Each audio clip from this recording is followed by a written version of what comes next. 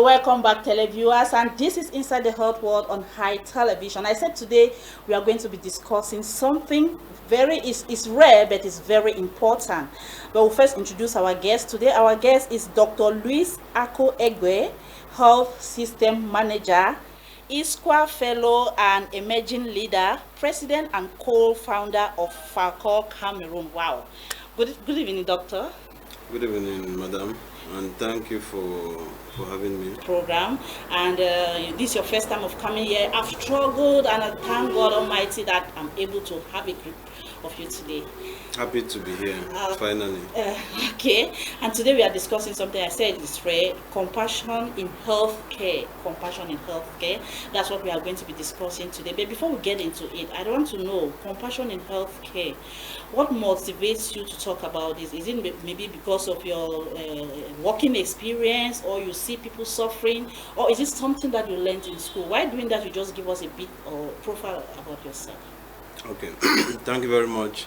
So, like you mentioned, I'm a medical doctor by training, but in addition to that, I did a Master of Science in Public Health, and currently also, like you mentioned, doing a fellowship with the ISQua. ISQua is International Society for Quality in Healthcare. Okay. So it is an international or a global organization which tries to identify talents and young leaders in health systems management. That is why you see Emerging Leader. So Emerging Leader is every year they select one laureate globally who enrolls and follows up that fellowship program. Okay. So luckily I was selected in 2018. So about compassion, maybe both my clinical experience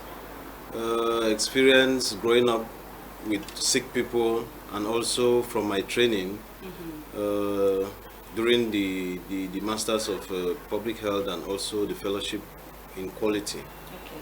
Now, why is it important? Because growing up I've seen people die or lost loved ones as a result of a health system which maybe is more and more insensitive to the needs of patients.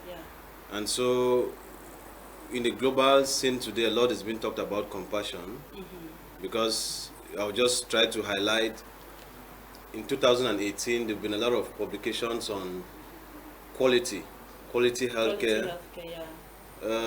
Because if you may have known, in October last year, it was the 40th anniversary of primary healthcare, Alma Ata.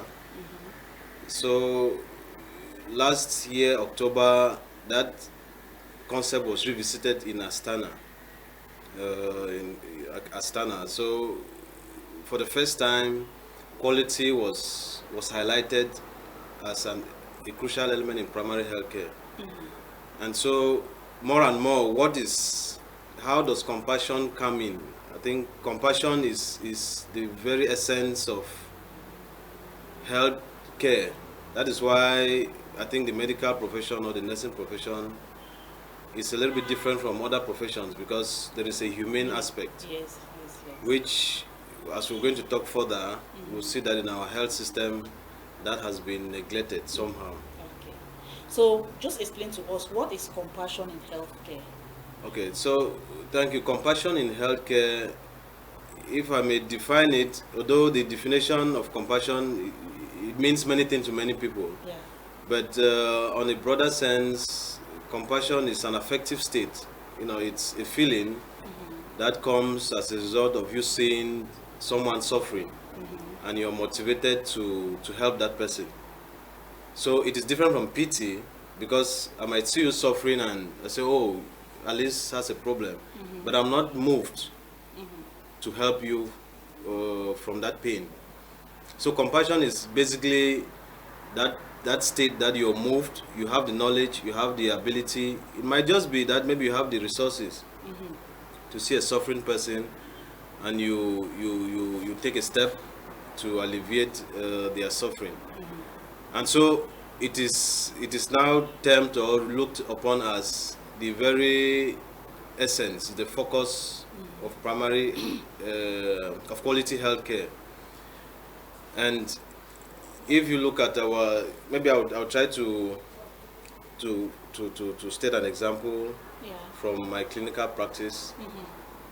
That was, I think, 5-6 years ago when I was just completing medical school, and as a final medical student, you do some of these professional internships in some health centers, some clinics, to try to master the tools or the skills that you've learned in school.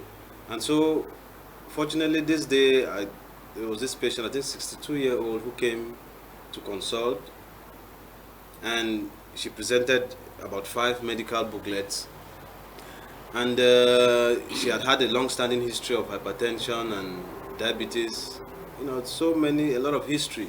Those books were filled with histories, prescriptions from many doctors, and I was so overwhelmed because I was not yet even a qualified medical doctor, and then faced with that kind of a case, you're a little bit intimidated. But as I went through her booklets, I just gave her time to explain her situation, because I was very keen to know where to start and how even to address the situation. And so she recounted her story, how it started, how she has seen a lot of doctors, specialists alike. And at the end of that, it was maybe about, say, 30 minutes, she broke into tears. And I was like, did I ask the wrong question? Did I say something? Why should a 62-year-old be crying in front of me? So when she cried out, I then asked her, please, if I said something wrong, please forgive me. Maybe. They said no. And what she told me that day, all through my career, I've been trying to place it at the back of what I do. She said, my son, I've been to so many doctors, some older than you, specialists, not even beyond your qualification, but none has never taken the time to listen and talk to me the way you just did. Wow. And so I had always kept that at the back of my mind.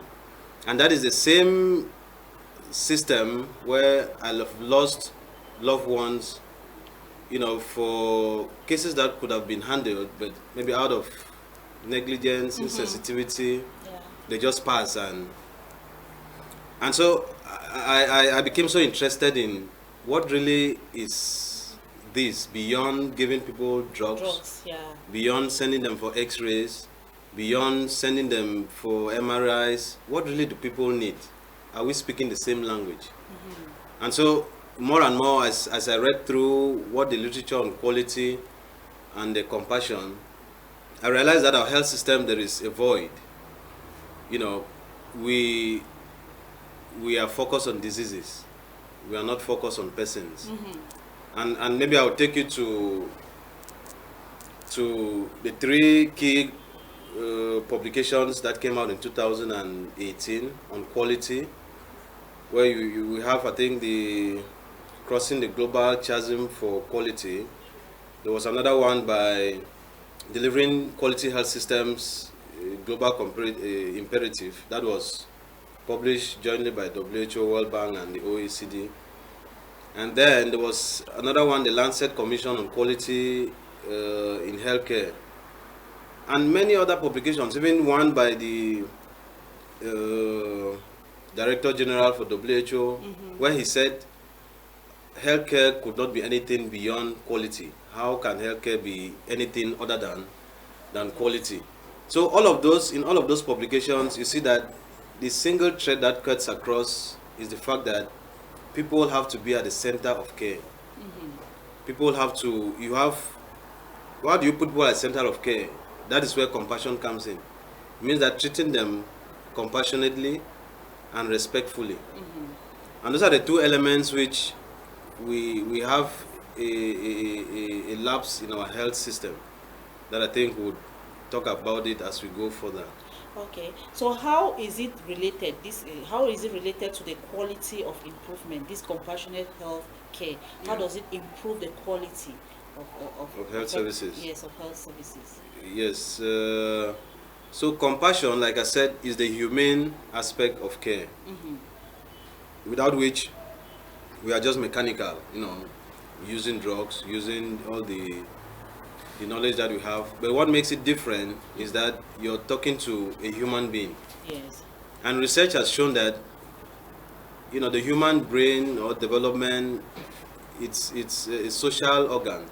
One of the organs in the body, maybe the only one whose development is based on social interactions, is the brain. Okay. And so we grow up to know how to react emotionally from what we see, from the way people treat us. You might bear me witness that if you grow up in a home where maybe the father is not loving to your mother, you grow up with a certain, Yes. maybe hatred if you're a woman, Yes, for men, yeah. or if you're a man, it's the same character demonstrated to women or girls. So that is how the brain, it is not different from the medical practice. So if you don't look at human beings as, found in a matrix of other social, the social, maybe let me call it ecosystem, you always be treating the disease, because that's partly an element of the training that we receive in medical schools, the biomedical model. There's a disease, there's a germ causing a problem, you address it, the body gets back to its normal function. But the whole aspect of society, behavioral components that make a human are most of the time neglected. So this is where compassion, how does it impact quality? Now, the perceptions of a health service by the user is an element of quality. More and more now, they are trying to evaluate users' perceptions to care as an element or as an indicator to quality. And so, in areas where this has been tested, compassionate healthcare has been shown to build trust